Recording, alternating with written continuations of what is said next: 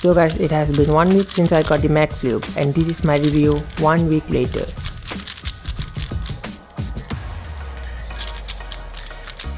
So the first time when I got this lube, it was pretty weird because of its viscosity, especially the fleece. It had this slimy kind of texture and I had hard time removing the tip from the lube, so pressing the tip against the cube helped me solve the problem. Okay, moving on. Since then, I've tried this lube on various puzzles and it went well. I tried it on the Wuque, it went well, and it was great on the Valk 5, especially at the reduction stage.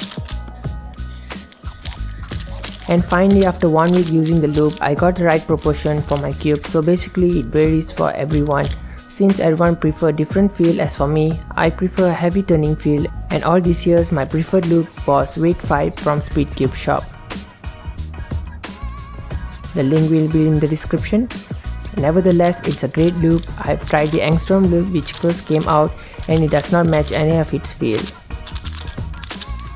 Conclusion, it's a great lube.